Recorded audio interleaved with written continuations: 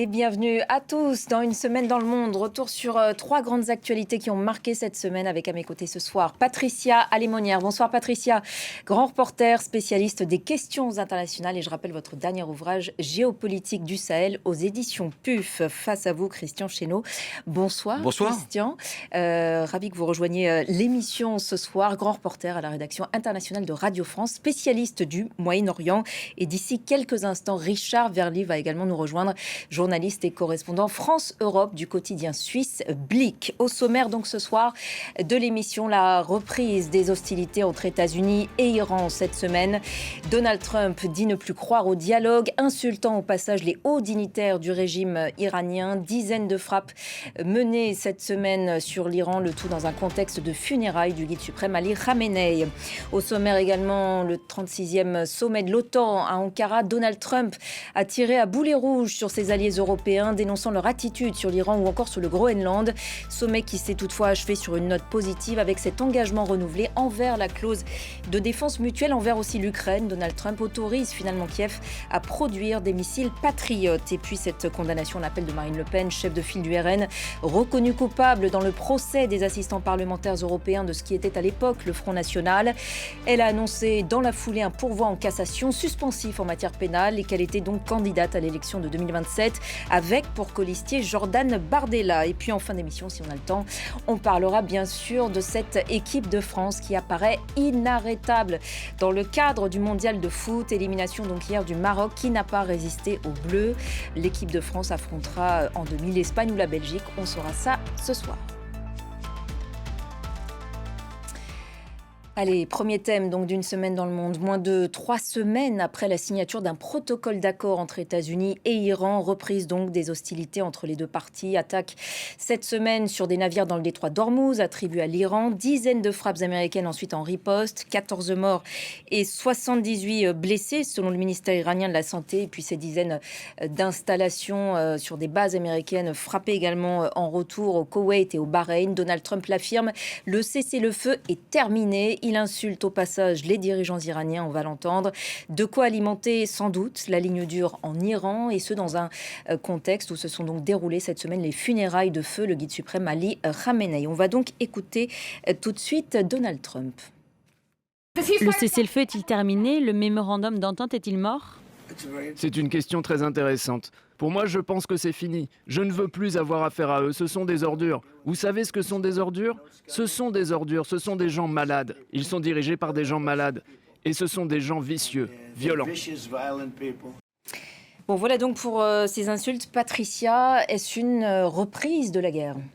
Non, on va dire on espère. Vous savez, dans ces moments de tensions extrêmes, effectivement, il peut y avoir un dérapage, une frappe tuant des Américains. Et là, effectivement, on ne peut pas savoir ce qui va se passer derrière. Mais pour l'instant, on n'est pas dans une reprise de la guerre au sens où on l'a connue dans un premier temps. On est dans une tension extrême avec des violations de cessez-le-feu, comme il se passe toujours dans le cadre d'un cessez-le-feu. Il faut voir qu'est-ce qui s'est passé. Il faut quand même reprendre un peu le factuel. Il y a eu 3 navires qui ont été attaqués par les Iraniens. Pourquoi ? Parce qu'ils passaient par une zone, qui est la zone qui longe le détroit d'Ormuz, qui n'est pas la zone sur leur contrôle. Or, dans ce fameux protocole d'accord qui avait été signé, l'article 5 est sujet à toutes les lectures possibles. La lecture américaine, qui disait plus liberté totale de navigation, côté iranien, nous levons notre blocus et tout va bien. Côté iranien, lecture différente, nous ferons tout notre possible pour rétablir la circulation. Il y avait ces mots, cet adverbe en quelque sorte, qui est sujet à caution. Et là, ma foi, ça ne semble pas possible. Aux yeux des Iraniens, ça ne semble pas possible parce qu'ils veulent que ça passe par leur côté. Donc, ils attaquent, rétorsion et frappent. Ce qu'il y a de nouveau et ce qui nous interpelle plus, c'est qu'effectivement, les frappes américaines sont d'une violence supérieure aux autres frappes qui ont été faites depuis la cessation des hostilités. Ces frappes sont plus violentes, elles frappent des infrastructures, des ponts, etc. Donc c'est bien là que l'inquiétude... 70 ou 80 le premier jour, 90, et 140 ou 150 le second jour. Donc on a effectivement quelque chose de plus massif. Mais je crois que pour l'instant, et on va en discuter, il y a ces frappes et les rétorsions et les ripostes iraniennes révèlent une chose, c'est qu'effectivement, le pouvoir en Iran, il y a des fractures, comme vous l'avez très justement dit. Et quant aux États-Unis, bien comme la fête a été finie au niveau de l'anniversaire et de la fête de l'indépendance de l'américaine, Donald Trump, par rapport à sa base, s'est senti les mains libres, parce que là aussi, il y a un clivage aux États-Unis, même au sein de son entourage, on le voit avec J.D. Vance et Rubio. Oui, on va y revenir et on va poursuivre donc cette conversation. J'en profite donc pour saluer Richard Verly qui nous a rejoint sur ce plateau. Bonsoir Richard, j'ai l'impression qu'il n'a pas de micro. Peut-être Si. qu'on va... Ah, parfait. Il est là. J'avais pas vu, il est très discret. On vous entend parfaitement. Bonsoir donc Richard. Alors je sais pas qui veut répondre donc à Patricia concernant donc cette reprise des hostilités. Patricia dit bon, c'est pas forcément une reprise de la guerre. Personne n'y a véritablement intérêt. Personne ne veut reprendre la guerre comme on l'a connue, hein, mais on est dans une phase où en fait on a signé ce protocole donc le 17 juin et en fait on a l'impression que les Américains ont pas choisi entre la guerre et la négociation, c'est-à-dire qu'ils n'ont pas digéré le fait que le détroit d'Ormuz, la situation n'est plus la même qu'avant le conflit. C'est-à-dire que pour les Iraniens, ils ont leur logique, ils se disent voilà, nous maintenant, on peut contrôler, c'est un atout, et donc on va le faire payer cher aux Américains. Et donc on est dans cette situation encore en entre-deux.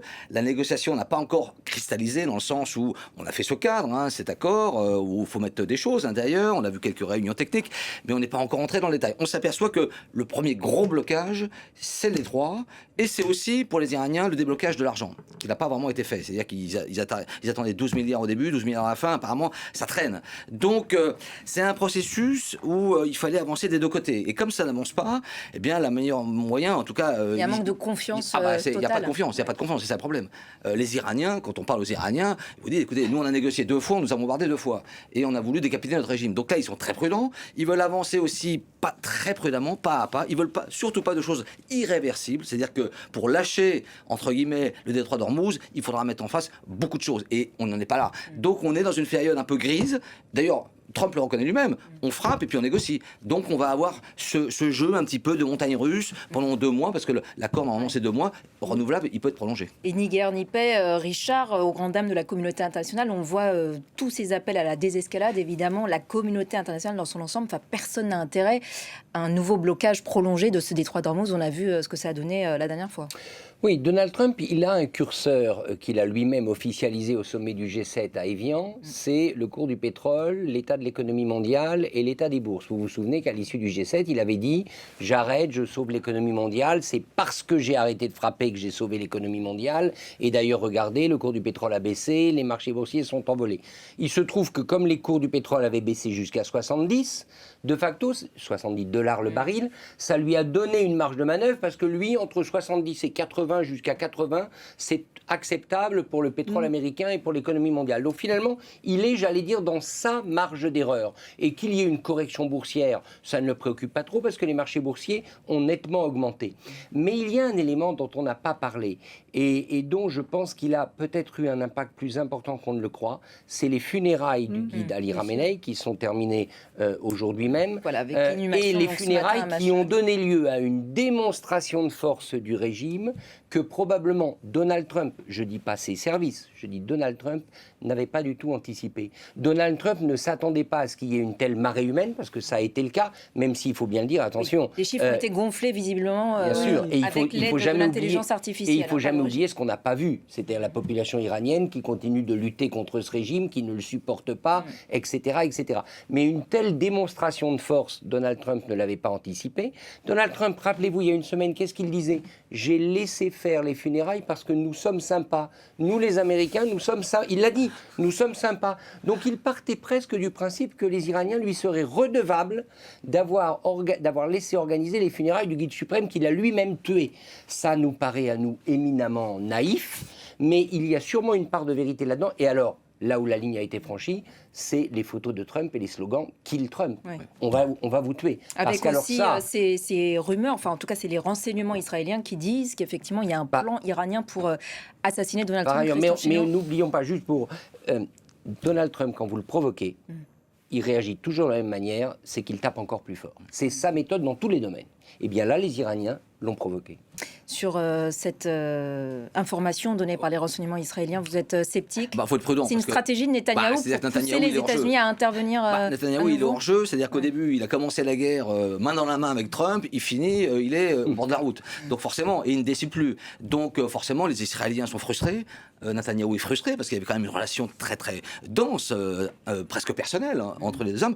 On sait que depuis des semaines, Trump dit pique-pendre sur les réseaux sociaux publiquement de son ami Benjamin Netanyahou. Donc pour les Israéliens, ils essaient peut-être de se raccrocher au wagon. D'ailleurs, le ministre de la Défense hier, Israël Katz, a dit si on peut frapper 3 fois l'Iran, on refrappera encore. Donc les Israéliens sont encore sur une ligne dure, d'autant plus que par exemple au Liban, apparemment il y a aussi des pressions pour qu'ils reculent. Donc il y a des élections bientôt. Donc les Israéliens sont vraiment, il y a une frustration, ils sont un peu marginalisés. Et donc moi j'imagine que le Mossad donne quelques informations. D'ailleurs ça a été publié sur CNN, le Wall Street Journal. Bon, c'était des sources anonymes. Je veux dire, il n'y a aucun détail. On ne savait pas qui, quoi, comment. Bon, voilà, on peut lancer des ballons d'essai. Vous vous souvenez, à un moment donné, la presse américaine avait dit le guide suprême a trouvé refuge à Moscou. Bon, c'était du pipeau intégral. C'est de la guerre de psychologie, c'est de la manip, voilà. Donc, faut pas aller plus loin. Mais c'est vrai que pour les Israéliens, ça pose une question de fond, c'est la relation avec l'Amérique. Et ça, c'est un vrai sujet. Patricia, effectivement, Israël attend que ça, de reprendre ses frappes. De toute façon, le ministre de la Défense, le chef d'état-major, sur une base militaire il y a 24 heures, ont dit que la guerre avec l'Iran n'était pas finie. Donc, ce discours en Israël est totalement logique parce qu'on se situe dans une perspective électorale et ils n'ont pas accompli la tâche qu'ils s'étaient fixée. Donc ça, c'est clair. Je suis entièrement d'accord avec l'idée que ça peut être une manip ou pas une manipulation. De toute façon, les services secrets israéliens et américains marchent relativement, je dis bien relativement, main dans la main. Et encore plus, les armées marchent main dans la main. Mais ajoutez à ça, les menaces contre Trump iraniennes, mais c'est pas nouveau. J'ai envie de dire, sa première, et durant Trump 1, comme on va l'appeler, il y a eu des arrestations de gens suspectés d'être des agents iraniens voulant assassiner le président ou des éléments de son entourage. Pendant la campagne électorale qui a amené à son élection, il a dit lui-même qu'il était menacé par les Iraniens. Donc, ce discours-là, si vous voulez, et cette réalité-là, moi je ne suis pas membre des services secrets, donc je ne connais pas la réalité de ce discours-là, mais ce discours-là et ces propos-là sont déjà tenus. Et avec effectivement ce que le président américain a vu sur les images, effectivement, ça ne peut qu'encourager ça. Mais j'ai envie de dire, Donald Trump, comme l'a dit très justement Richard, est un malin. Et il retourne une situation à son avantage. Il dit, regardez, je suis détesté, on veut me tuer. Il appelle à sa base, c'est lui le Messie, et le Messie, on veut le tuer. Et donc sa base est encore plus galvanisée par cette situation-là. Plus on veut le tuer, plus il est un héros pour sa base. Richard. Oui, c'est vrai. Et Donald Trump, par ailleurs, il a, je dirais, la chance, il le sait, il a surfé là-dessus, que le peuple américain est un peuple éminemment patriotique. On le sait, les drapeaux devant les façades, la mobilisation pour les forces armées, le respect pour les vétérans, c'est quelque chose qui fait partie de l'ADN américain. Ces États-Unis-là viennent de fêter le 250e anniversaire de leur déclaration d'indépendance. Et qui ont-ils en face? Le pays le plus détesté, le pays qui est la caricature du diable en quelque sorte. Un pays qui s'est employé depuis 40 ans à insulter les États-Unis, à dire qu'il voulait en finir avec les États-Unis. Donc c'est quasi du velours pour Donald Trump. C'est là où je pense que les Iraniens ont sans doute, le régime iranien fait une faute, ou ils l'ont probablement assumé, c'est qu'en le provoquant avec ses affiches Kill Trump, avec le drapeau américain qui a été lapidé, etc., ça sert Donald Trump, ça lui donne l'explication parfaite pour dire, voyez, c'est des gens, c'est des dingues, pour reprendre son expression, c'est des dingues, c'est un cancer. Des malades, des pourritures et des vicieux, bien c'est voilà, ce qu'il a dit. Et lui, quand il dit ça, ça alimente aussi la ligne dure en Iran? En Iran, ils sont pas surpris. Moi, j'étais régulièrement en Iran. C'est vrai que bon, voilà, ça fait partie presque de la rhétorique classique des Américains. Eux, leur rhétorique en disant le grand Satan. Nous, la France a longtemps été le petit Satan. Enfin voilà, tout le monde a des qualificatifs. Mais c'est vrai que vu de Téhéran, évidemment, ça donne pas du grain à moudre pour de la confiance, pour négocier. C'est vrai que l'hystérie, effectivement, les mots de Trump qui insultent tout le monde.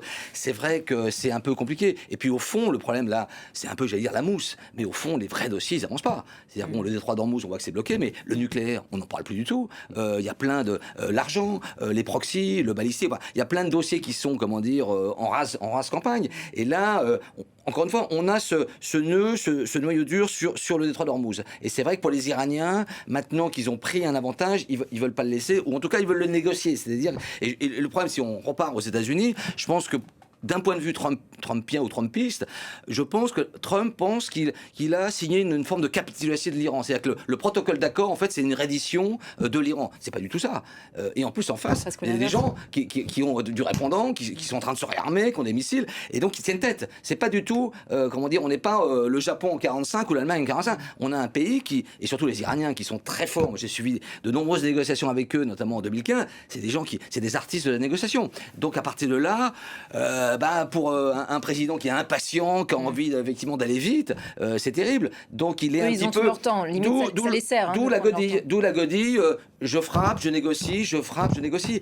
Et sauf que pour les Iraniens, c'est un peu aussi compliqué parce qu'eux, ils ont des gros soucis intérieurs, hein, même si, visiblement, on l'a dit, il y a une forme de nationalisme qui a aussi repris en Iran, mais économiquement, ils sont à genoux, ils sont exsangues, il peut y avoir quelques dissensions, mais en même temps, je reviens sur les funérailles de Khamenei, ce n'était pas simplement un événement iranien. C'était un événement chiite, musulman. C'est-à-dire qu'ils ont été à Najaf, en Irak. Ouais. C'est-à-dire que tous les chiites, c'est les 500 millions de chiites dans le monde qui ont célébré, en tout cas... Ils n'ont pas été voir le Hezbollah, ils n'ont pas été à Beyrouth. Voilà, non mais le Hezbollah est venu... Et justement, avec une aura aussi renouvelée d'une certaine manière pour l'Iran, auprès de certains pays de la région, par rapport justement à ce que Christian Chesneau disait sur le fait d'avoir tenu tête aux États-Unis. Oui, alors... Je dirais que c'est ambigu parce que, effectivement, l'Iran a toujours défendu une ligne révolutionnaire face à l'ennemi, Oni et le grand Satan. Et tous les vendredis à Téhéran, on crie quand même mort à l'Amérique dans certaines mosquées tenues par le régime, etc. Donc, effectivement, là, il renoue finalement simplement avec cette tradition qui est la tradition de ce régime. Mais au-delà de ça, je crois que ce qui est important, c'est que ces funérailles ont été l'occasion pour les tenants nationalistes les plus religieux, je mélange nationalistes et religieux, d'occuper le devant de la scène et de mobiliser leurs troupes. Parce que l'Iran n'est pas fait que de ces gens-là. Et donc là, ça a été peut-être des images qu'ont vu Donald Trump, mais c'était aussi des images à destination de l'intérieur. Parce que l'intérieur, l'Iran, nous sommes tous allés autour de cette table en Iran, donc on sait très bien à quel point la société iranienne est complexe et multiple. L'Iran est vraiment un pays qui aujourd'hui n'adhère pas à ce régime, à part 10, 15, 20, allons jusqu'à 20 avec l'effet drapeau à ce régime. Et donc là, c'est montré aux autres, aux 80 ou 70 millions d'Iraniens, regardez, nous sommes forts, nous sommes puissants. Donc c'est un signe aussi de fébrilité du pouvoir, ce que vous dites. Voilà, exactement. C'est montrer le pouvoir iranien, ce que j'appelle les militaires nationalistes qui ont pris le pouvoir en quelque sorte sur les autres tendances, on fait une démonstration de leur puissance, même si l'intelligence artificielle et tout ça s'y est mis dedans. Voilà donc pour ce premier thème d'une semaine dans le monde. Autre thème ce soir, je vous le disais dans le sommaire, 36e sommet de l'OTAN à Ankara. Pour le moins mouvementé, Donald Trump a tiré à boulet rouge sur ses alliés européens une nouvelle fois, dénonçant leur attitude donc sur l'Iran, mais aussi sur le Groenland dont on reparle donc cette semaine, menaçant une nouvelle fois de retirer aussi les soldats américains d'Europe. Sommet qui s'est toutefois achevé sur une note positive. Tous les pays de l'Alliance ont réaffirmé leur engagement indéfectible envers la clause de défense mutuelle. Engagement indéfectible aussi à l'Ukraine. Donald Trump a finalement autorisé Kiev à produire sous licence des missiles Patriot. On va écouter Volodymyr Zelensky. Les États-Unis ont reconnu que l'Ukraine est un pays prêt à le faire. Et maintenant, après notre accord avec le président, nos équipes, nos diplomates, le ministère des Affaires étrangères et le ministère de la Défense doivent s'entendre sur tous les aspects techniques qui restent. Plus vite nous parviendrons à un accord, plus vite nous pourrons fabriquer des patriotes. Christian, Donald Trump a donc tiré à boulet rouge sur les alliés européens dans le cadre de ce 36e sommet de l'OTAN, à tel point que la première ministre danoise a dû répéter une nouvelle fois que le Groenland n'était pas à vendre. Que penser de ces nouvelles déclarations de Donald Trump sur le Groenland? C'est dans le droit fil de tout ce qu'il a dit depuis le début. Enfin, je veux dire, là, on continue. Et ça faisait quelques mois qu'il n'en parlait plus. Oui, et ça va revenir.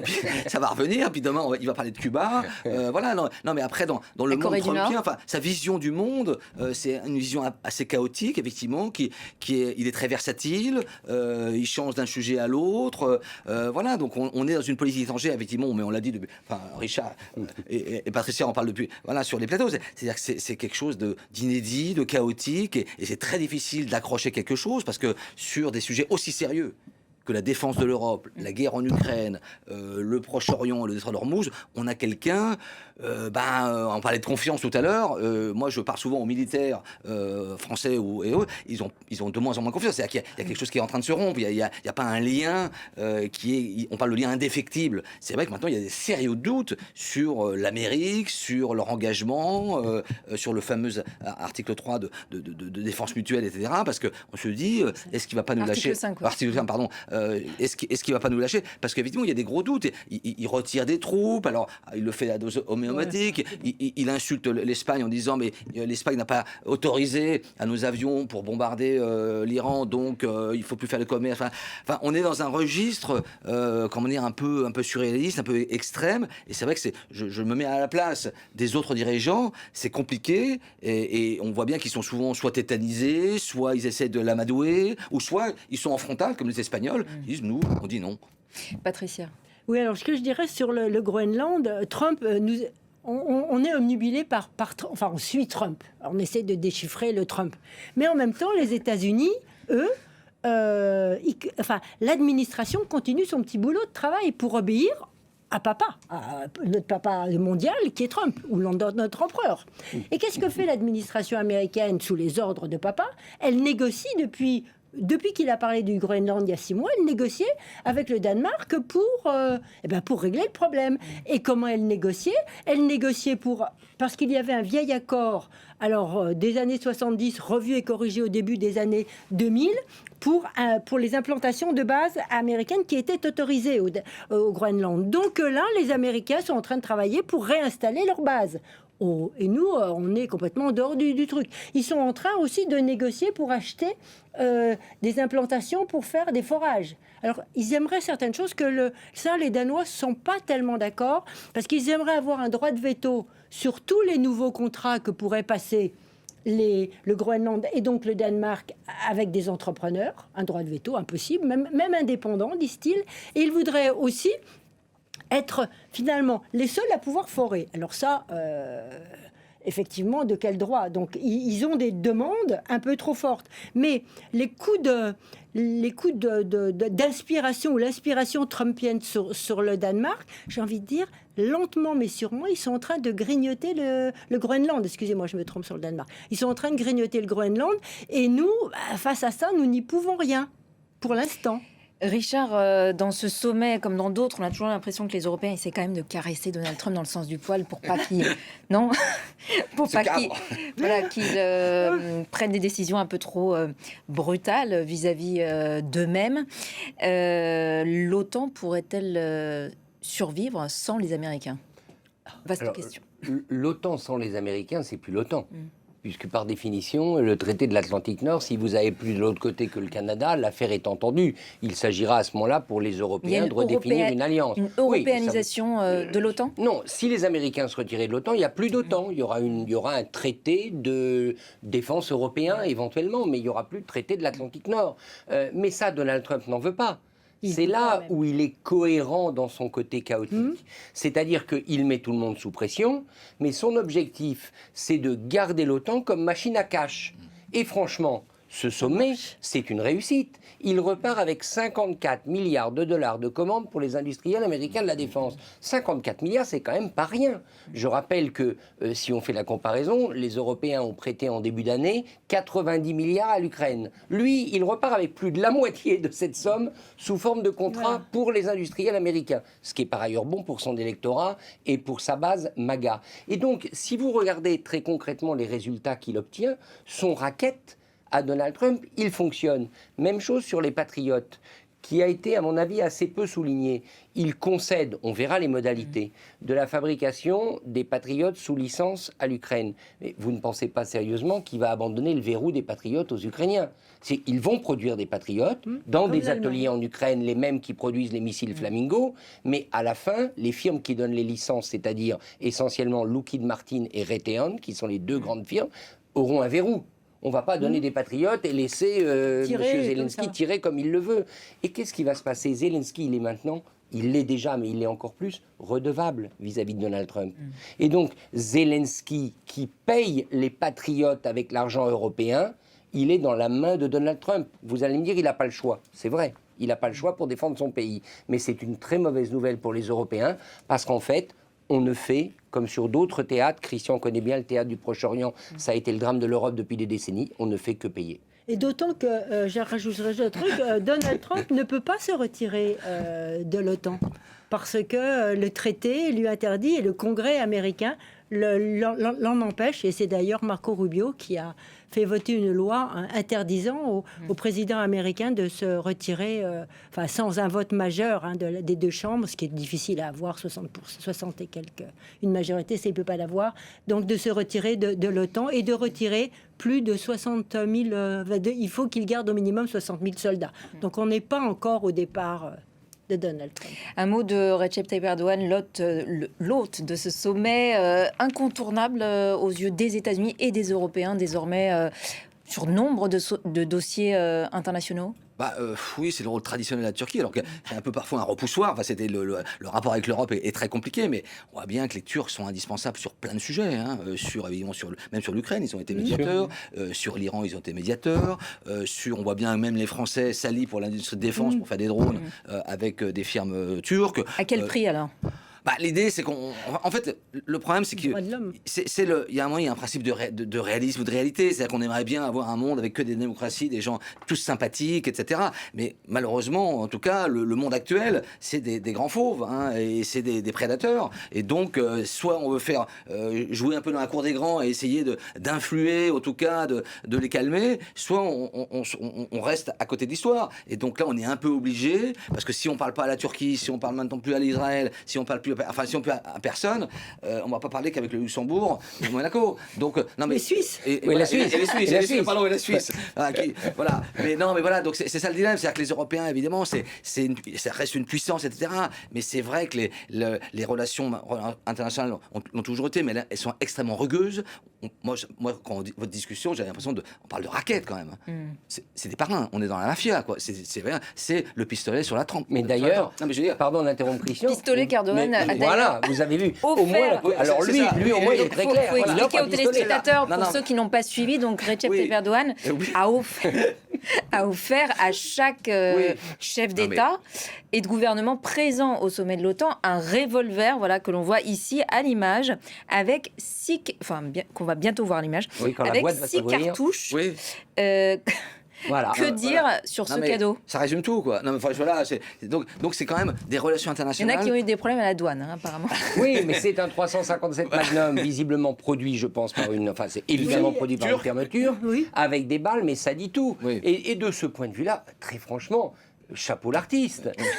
Le président turc, hôte de l'OTAN, qui offre à chacun un revolver chargé, là vous êtes directement dans le monde qu'on appelle le monde des prédateurs, et il n'y a pas de solution. En fait, la question qui est posée, c'est ce revolver, vous êtes prêt à l'utiliser ou pas? Voilà, si vous êtes prêt à l'utiliser, vous faites partie de mon monde. Si vous ne l'utilisez pas, vous serez toujours des vassaux. Et Tayyip Erdogan sait utiliser. Absolument. Il n'a pas hésité à descendre un avion russe, je vous le rappelle. Tout à fait. J'aimerais aussi qu'on parle de ce déplacement d'Emmanuel Macron un jour avant le sommet de l'OTAN en Syrie, pour réaffirmer le soutien à Ahmed al-Shara. Donc il était le premier chef d'État européen à le faire, donc à se rendre dans cette Syrie post-Assad. Comment interpréter cet empressement, disons, du président Macron à se rendre sur place? c'est le premier voyage hors Syrie par Chara a été fait en France, il faut le rappeler. Oui, c'était en 2025. Voilà, c'était déjà quelque chose d'important. Et là, le président français est évidemment le premier chef d'État à se rendre étranger, à se rendre à Damas. Vous n'avez pas eu le prince saoudien, vous n'avez pas eu Tayyip Erdogan, vous n'avez pas eu les autres. Il est le premier. Alors, est-ce qu'on veut jouer dans la cour des grands? Est-ce qu'on veut jouer face à Donald Trump? Donald Trump, il a reçu 2-3 fois Chara, 2 fois. Enfin, Donald Trump adore Chara parce que c'est un puissant, c'est un ex-djihadiste reconverti. Ça va complètement dans l'optique de Donald Trump parce qu'on veut, mais on n'a, nous, pas les moyens financiers de l'Amérique pour jouer en Syrie. Alors, quel peut être notre rôle en Syrie? Bien, écoutez, on veut d'abord, on a un intérêt important sur un plan sécuritaire. Parce qu'il y a encore des djihadistes français en Syrie. Donc la stabilisation. Voilà, la stabilisation, la coopération sécuritaire est très importante. Et puis aussi, on a des procès. Je vous rappelle le procès d'une entreprise française. On a des tas de choses qui nous lient à la Syrie. Voilà, Lafarge, qui nous lie à la Syrie sur un plan judiciaire. Et là, la France vient de décider de dégeler des avoirs, des biens mal acquis par la famille Assad, 50 millions d'euros, c'est mieux que rien. Et avec ces 50 millions d'euros, elle va essayer de faire en sorte que les Syriens investissent dans la justice pour les orienter sur deux secteurs. La justice et la libération de ces fonds se feront donc sur le côté de la justice et sur le côté agricole, enfin la relance de l'économie. Donc en Syrie aujourd'hui, pour nous, c'est effectivement la sécurité. Nous sommes concernés par la justice parce que nous avons des liens profonds et nous avons beaucoup de Syriens qui vivent en nous, qui ont souffert des malversations et des abominations commises par le régime d'Assad. Et puis aussi, il y a le registre économique et certains accords passés. Mais là, on ne joue pas dans la même cour que les États-Unis. Une terre d'opportunité, effectivement, aussi pour la France. Oui, et puis c'est vrai que la France a quand même beaucoup perdu d'influence dans la région. Qu'est-ce qui reste? Le Liban, la FINU, on essaye de jouer un rôle, un peu dans le Golfe, mais très peu avec les Émiriens. Et puis la Syrie, c'est la France qui a fondé l'État moderne syrien et libanais. Donc on a encore une influence un peu historique, de plus en plus petite, parce qu'on a plus grand-chose. Mais c'est vrai que pour Macron, c'est l'occasion de dire, voilà, la France est un peu de retour dans la région. On a parlé des projets de CMA, CGM. Bon, il gère le port de l'Attaqué. Il y a un projet de port sec à Homs. Il y a les histoires de corridors avec Total, de faire des oléoducs qui partaient d'Irak, parce que Total a des gros projets en Irak. Donc ça toujours pas réalisé. Oui, voilà. Mais enfin bon, ils ont des projets. Voilà, donc il y a des nouvelles routes. Voilà. Donc c'est un peu une vision un peu géopolitique de la France, mais évidemment à petits pas, parce qu'il faut savoir que il y a un gros problème sécuritaire. Et ça, c'est l'attentat qui a eu lieu au moment où je trouvais Emmanuel Macron. C'est un camouflet pour Chera. Alors, apparemment, ça serait des gens de l'État islamique. Mais à proximité de l'hôtel. Ils étaient en plein centre-ville, télécommandés, etc. Donc c'était un vrai message des ennemis effectivement, du pouvoir syrien. Et donc, pour la France, on essaie de se réinsérer dans le jeu. Mais il faut savoir que l'ambassade de France n'est pas encore vraiment opérationnelle. On a un chargé d'affaires qui fait des navettes entre Beyrouth et Damas. Le Quai d'Orsay, d'après ce que je sais, a du mal à sécuriser l'ambassade, pas simplement pour la mettre en route.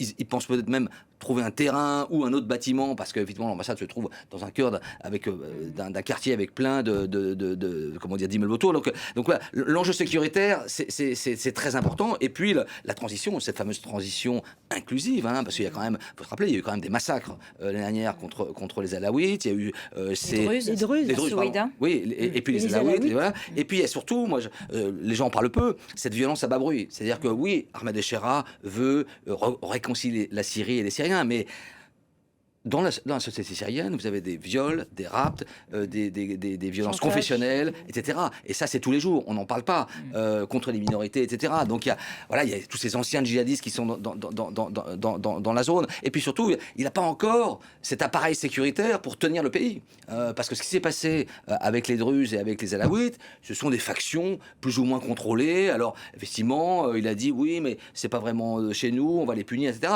Donc il faut tenir le pays. Et là, les attentats rappellent que le pays n'est pas encore tenu. Et ça, c'est vrai que ça hypothèque un peu la suite, parce que si, vous pouvez pas sécuritairement gérer le pays et contrôler le pays, pour le business, le tourisme, faut rappeler, d'ailleurs le Quai d'Orsay le rappelle, la Syrie, c'est une carte rouge, interdiction formelle d'y aller, donc pas un tourisme. Donc voilà, la Syrie reviendra à Frétenonta, on pourra aller faire du tourisme à la mosquée des Omeyyades et dans le souk Ahmediyeh.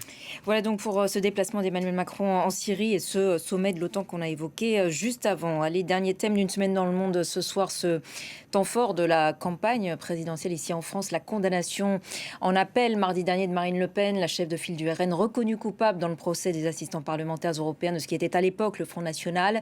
3 ans de prison, dont un ferme sous bracelet électronique, 100 000 € d'amende, 3 ans et 9 mois d'inéligibilité, 15 mois ferme déjà purgés et 2 ans et demi avec sursis. Elle a donc annoncé dans la foulée former un pourvoi en cassation suspensif en matière pénale et qu'elle était candidate à l'élection de 2027 avec pour colistier Jordan Bardella. On va l'écouter. Et donc, ce soir, vous dites que vous êtes candidate à l'élection présidentielle. Donc ce soir, je suis candidate à l'élection présidentielle. Richard, la Cour de cassation a 8 à 12 mois pour examiner ce recours. Elle essaye donc de gagner du temps. Elle a une stratégie qui est claire et qui est risquée. Claire en ce sens qu'elle va jouer la montre jusqu'au bout, parce qu'elle fait le calcul, et ses avocats sans doute ont regardé ça de manière très précise, que la décision de la Cour de cassation, qui peut soit confirmer le jugement en appel, soit l'infirmer, si toutefois le jugement a été confirmé, ça voudrait dire port éventuel d'un bracelet électronique, eh bien cette décision n'interviendra qu'à la toute dernière minute de la campagne présidentielle, c'est-à-dire à l'orée du premier tour, en avril, le 18 avril, c'est la date du premier tour, et qu'à ce moment-là, le temps de voir le juge d'application des peines qui, en France, est nécessaire pour vous donner le bracelet, vous arrivez à la date du second tour, éventuellement à la victoire, et j'allais dire emballer ses pesées, rendez-vous après le premier mandat. Voilà le calcul. Le calcul, il est clair. Est-ce que c'est risqué ? Ma conviction a été très rapidement faite, puisque j'avais indiqué, vous le savez, que je ne ferai pas on a Marine Le Pen qui intervient sur ce plateau alors qu'on n'a pas sollicité donc ce sonore. Richard, voilà. Poursuivez. Pardon. Non, ce que je voulais dire, c'est que donc, le calcul, il est clair. Est-ce qu'il est risqué ? Oui, il est risqué. Parce que s'il y avait une décision de la Cour de cassation, admettons, au mois de février ou mars, alors là, il y aurait la possibilité d'une fin de campagne sous bracelet électronique. Maintenant, la question, c'est est-ce que les juges... Oui, mais attention. Est-ce que les juges prendront ce risque alors qu'une campagne sera lancée alors pourrait s'en servir pour se victimiser. Elle n'a plus besoin de se victimiser. D'ailleurs, elle ne le fait pas trop. Elle n'a pas besoin de se victimiser. Elle a pour elle, en plus, ne l'oublions pas, un avis du Conseil constitutionnel de 2025. Le Conseil constitutionnel a rappelé aux juges qu'il devait veiller à la proportionnalité de la peine par rapport aux enjeux démocratiques. Donc, elle est sur une ligne de crête. Elle pense que ça va marcher. Et même si ça ne marchait pas, à mon sens, les juges, ça sera compliqué quand même d'aller lui mettre un bracelet dans les tout derniers jours de la campagne. Peut-être qu'ils se diront, comme pour un certain Donald Trump aux États-Unis, que l'application de la peine viendra après l'éventuel mandat. Patricia. Oui, et l'Europe nous regarde, donc j'imagine la Suisse, avec le plus grand intérêt, parce que effectivement, ces élections françaises avec Marine Le Pen qui prend le lead, et tous les commentateurs mettent en valeur le fait qu'elle a plus de chances. Alors, vrai ou faux, hein, mais quand même, le ton général des commentaires, c'est qu'elle a plus de chances. Et pour l'Europe, l'arrivée du Front National, du Rassemblement National plutôt, enfin bon, je m'y perds là pour le coup, à la tête du pouvoir en France, à la présidence française, c'est une déstabilisation complète de l'Europe, d'autant qu'au même moment, nous avons 2 élections primordiales aussi, qui sont les élections en Allemagne avec l'AfD qui monte et les élections législatives en Italie aussi. Donc on a une convergence des droites populistes, j'ai envie de dire européennes, et l'Europe est d'autant plus inquiète qu'effectivement, les commentateurs en Europe relèvent qu'elle a pris donc maintenant la main sur les élections françaises et que là, ça représente un enjeu encore plus important que si c'était Jordan Bardella qu'il voyait ne pas tenir le long de la campagne. Ça, c'est les avis des commentateurs. Allez, on manque de temps. Je voulais quand même qu'on finisse sur une note positive et cette équipe de France qui apparaît inarrêtable dans le cadre du mondial de foot qui se déroule en ce moment même. Élimination donc hier du Maroc qui n'a pas résisté aux Bleus, l'équipe de France qui affrontera donc en demi l'Espagne ou la Belgique. On saura ça ce soir. Christian, les Bleus sont inarrêtables. C'est l'équipe la plus en vue. En tout cas, j'espère en tout cas, mais enfin, moi issu de l'ancienne génération, c'est vrai qu'on a connu des moments difficiles dans les années 70-80 où pour se qualifier en demi-finale, c'était un exploit. Aujourd'hui, on a l'impression que c'est presque du tout venant. Non, moi, ce que je voudrais revenir, c'est un peu sur la Coupe du Monde. C'est comme sportivement, oui, c'est formidable, mais c'est vrai que l'organisation, c'est une honte. C'est-à-dire que non, mais tous les scandales qu'il y a eu entre l'arbitre somalien, les Irakiens qui n'ont pas pu rentrer tranquillement, l'Iran qui a été harcelé, qui ne pouvait pas, le scandale de la FIFA. Quand on va faire le bilan, peut-être sportivement, et si la France gagne, on sera tous aux gens et tout le monde sera content. Mais quand on va rentrer dans les détails, mais le carton rouge, voilà, la FIFA, etc. Je crois que c'est quand même une Coupe du Monde qui est presque un repoussoir, c'est-à-dire pour l'esprit sportif, je veux dire la fraternité des sportifs, c'est vraiment ce qu'il ne faut pas faire. Et c'est vrai que là, ce qu'on nous montre, oui, c'est sympa, les stades sont pleins, c'est formidable, on a Mbappé, on a Messi, mais en fait, quand on regarde notamment l'image, justement, on revient à Trump, cette Amérique de Trump, l'image projetée, c'est presque un repoussoir, c'est-à-dire encore une fois, ces délégations harcelées, fouillées, cet arbitre somalien, et puis encore une fois, la dernière cerise, c'est l'intervention, le coup de fil de Trump à Infantino pour enlever un carton rouge, et ils le font, et il le fait. Donc c'est vrai que voilà, donc on est content évidemment pour les Bleus, parce qu'on est dans le dernier carré, on se réjouit, mais en même temps, quand on regarde au fond, ça laisse quand même un goût très amer, cette Coupe du Monde, sur finalement ce qu'ils ont voulu, ce spectacle comme un peu affligeant sur l'organisation. Richard, on va devoir rendre l'antenne. Un tout dernier mot peut-être, le Maroc donc éliminé, c'était la dernière équipe africaine, toujours dans la compétition. Très rapidement, ces équipes africaines quand même n'ont pas démérité, on peut le dire. Non, il y a eu des très belles réussites. Celle qui vraiment a impressionné, elle a perdu, c'est le Cap-Vert, quand même, rappelons-le. Oui. Le formidable Héroïque. combat absolument qu'a mené le Cap-Vert. L'Égypte aussi, tout joue dans les 10 dernières minutes. Puis même la RDC aussi. Voilà, et quant à la fin de la Coupe du Monde, si vous me permettez, on va la résumer. La France l'emporte contre l'Espagne, la Suisse l'emporte contre l'Argentine, et à la fin, la Suisse bat la France. Voilà. Voilà, ce sera le mot de la fin. Bravo, Richard. Vous n'allez pas faire que des amis à France 24, Richard. Merci en tout cas à vous trois. Merci à vous trois pour vos éclairages ce soir. Christian, Richard, Patricia. Cette émission est à retrouver sur notre site et nos réseaux sociaux. Restez avec nous sur France 24. Prochain point sur l'actualité dans quelques minutes.